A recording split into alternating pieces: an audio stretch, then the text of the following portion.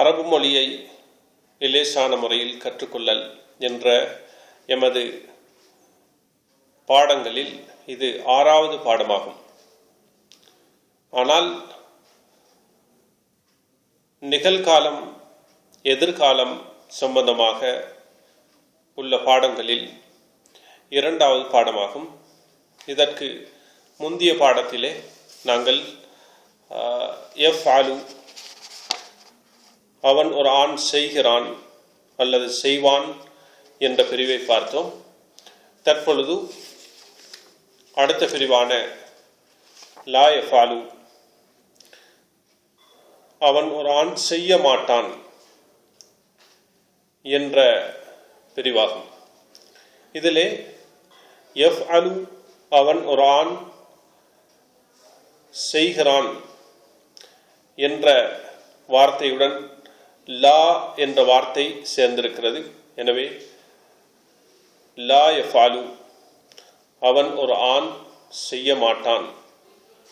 லா யஃப்அலானி அவர்கள் இரு ஆண்கள் செய்ய மாட்டார்கள். லா யஃப்அலூன அவர்கள் பல ஆண்கள் செய்ய மாட்டார்கள்.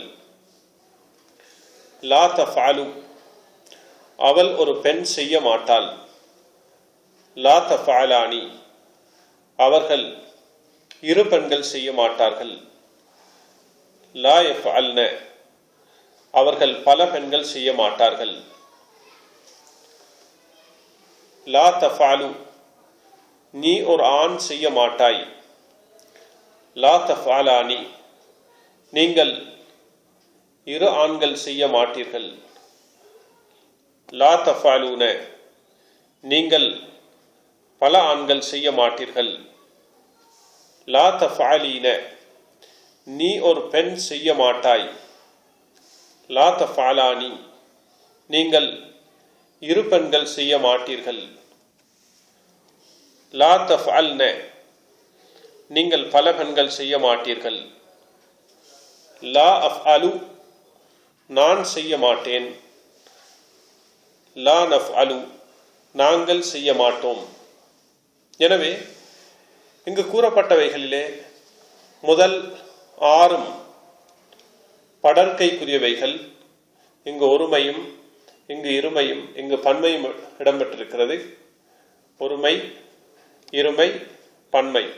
இதே போன்றுதான் இவைகள் அனைத்தும் ஒருமைகளாக வரக்கூடியவைகள், ஒருமைக்கு வரக்கூடியவைகள்.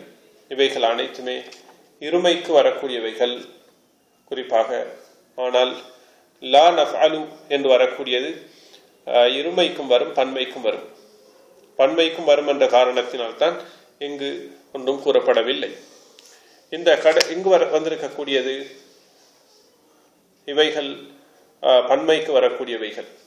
எனவே லா யஃப்அலு, லா யஃப்அலானி, லா யஃப்அலூன, லா தஃப்அலு, லா தஃப்அலானி, லா யஃப்அல்ன, லா தஃப்அலு, லா தஃப்அலானி, லா தஃப்அலூன, லா தஃப்அலீன, லா தஃப்அலானி, லா தஃப்அல்ன, லா அஃப்அலு, லா நஃப்அலு என்று இந்த பகுதி அமையப்பட்டிருக்கிறது.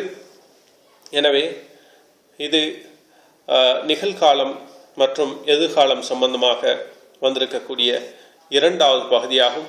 தொடர்ந்தும் முயற்சி செய்து கொண்டே இருங்கள்.